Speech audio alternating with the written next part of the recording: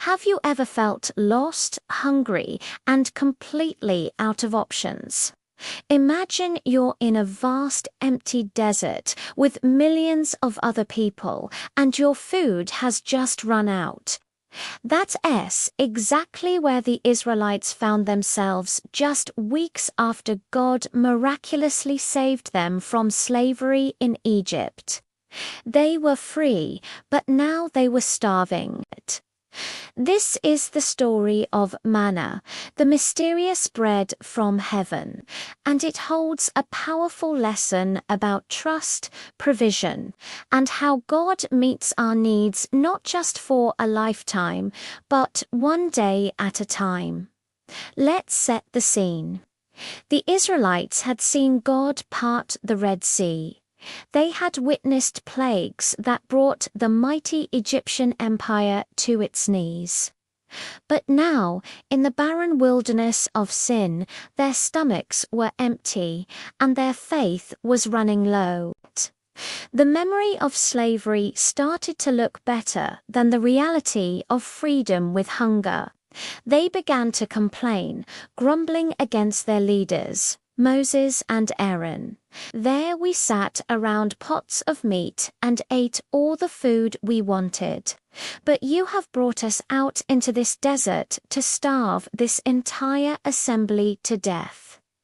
It's easy for us to judge them, isn't it? But how often do we, after seeing God work in our lives, forget His power the moment a new crisis appears? Fear has a way of erasing the memory of past miracles. Their complaint wasn't just about food. It was a deep-seated doubt in God's goodness and His plan for them. They accused God of bringing them into the wilderness to destroy them. But God's response is one of the most beautiful parts of this story. He doesn't respond with anger or punishment. He responds with grace and a promise. He tells Moses, "I will rain down bread from heaven for you." Can you imagine hearing that? Not just a solution, but a miraculous, divine one. God's plan wasn't just to feed them, it was to teach them. He set a rule. The people were to go out each day and gather only enough for that day. On the sixth day, they were to gather a double portion, because the seventh day, the Sabbath, was to be a day of rest.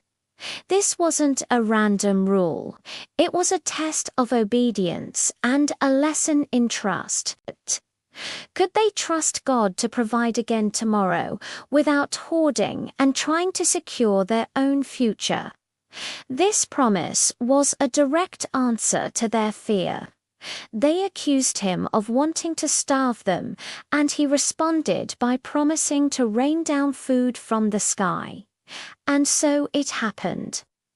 That evening, a flock of quail flew into the camp, providing meat for the people. And the next morning, when the dew that covered the ground evaporated, something amazing was left behind. On the surface of the desert were thin, flaky layers of a substance as fine as frost. It was white, like coriander seed, and tasted like wafers made with honey. The Israelites had never seen anything like it. They looked at each other and asked, "Man who?" which in Hebrew means, "What is it?" And that's how this miraculous food got its name, manna. Moses explained, "It is the bread the Lord has given you to eat." God had kept His promise. Food had literally fallen from the sky, enough for everyone. The desert, a symbol of emptiness and death, had become a place of supernatural provision. God turned their place of greatest lack into a display of His abundant grace. So, what was this manna really? The Bible describes it as a small, round substance that appeared with the morning dew. People could grind it, cook it, or bake it into cakes. Scientifically, some have tried to explain it as a natural secretion from insects or plants in the Sinai Peninsula, but these explanations fall short. Natural phenomena don't just appear every single morning except for the Sabbath, for 40 years. They don't rot if you try to save them overnight, but stay fresh for 2 days when gathered on the 6th day. No, this was a miracle. It was food created and delivered by God Himself, designed for a specific purpose. It was the perfect provision. It sustained millions of people in a place where there was nothing. It was a physical reminder every single morning that God was with them and cared for their most basic needs. And this brings us to the core lesson of the story: daily dependence. God could have sent a year's supply of food all at once. He could have created a forest of fruit trees in the middle of the desert, but He didn't. He chose to provide manna one day at a time. Why? Because He wanted a relationship with His people. He wanted them to wake up every morning and look to Him, not to their storage pantry. By providing just enough for the day, God was teaching them to live in the present, trusting Him for the future. When some of the Israelites disobeyed and tried to hoard the manna, they woke up the next morning to find it rotten and full of worms. Their attempt to control their own security, to trust in their own efforts rather than God's promise, led to decay. God was making it clear, my provision is fresh every morning. You don't need yesterday's grace for today's challenges, and you can't store up today's grace for tomorrow's worries. Trust me for today. That's all I ask. The spiritual meaning of manna goes even deeper. Centuries later, Jesus Christ Himself would stand before a crowd and draw a direct line back to this story in the wilderness. After feeding 5,000 people with just a few loaves and fish, the people were asking for another miraculous sign, like the manna their ancestors ate. And Jesus tells them something profound. He says, "It is not Moses who has given you the bread from heaven, but it is my Father who gives you the true bread from heaven. For the bread of God is the bread that comes down from heaven and gives life to the world." Then He makes one of the most powerful statements in the entire Bible. I am the bread of life. Whoever comes to me will never go hungry, and whoever believes in me will never be thirsty.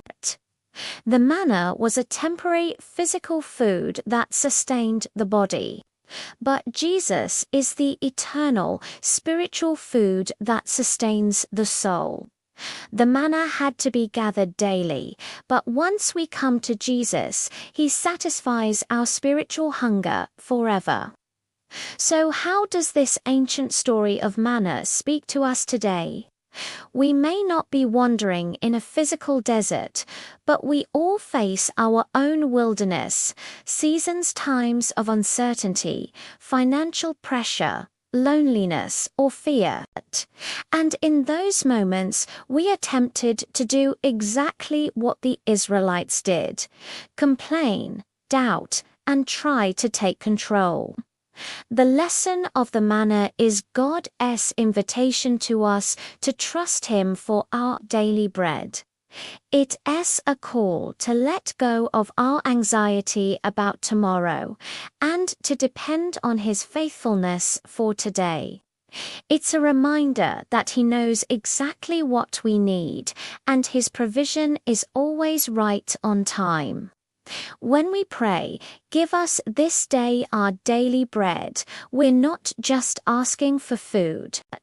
We're asking for strength for today, grace for this moment, and wisdom for the next step. We are acknowledging that just as the Israelites were completely dependent on God for manna, we are completely dependent on Him for everything. The story of manna from heaven isn't just a historical account. It's a timeless picture of God's faithful, loving provision for His children. He saw their hunger, heard their cries, and responded with grace that fell from the sky.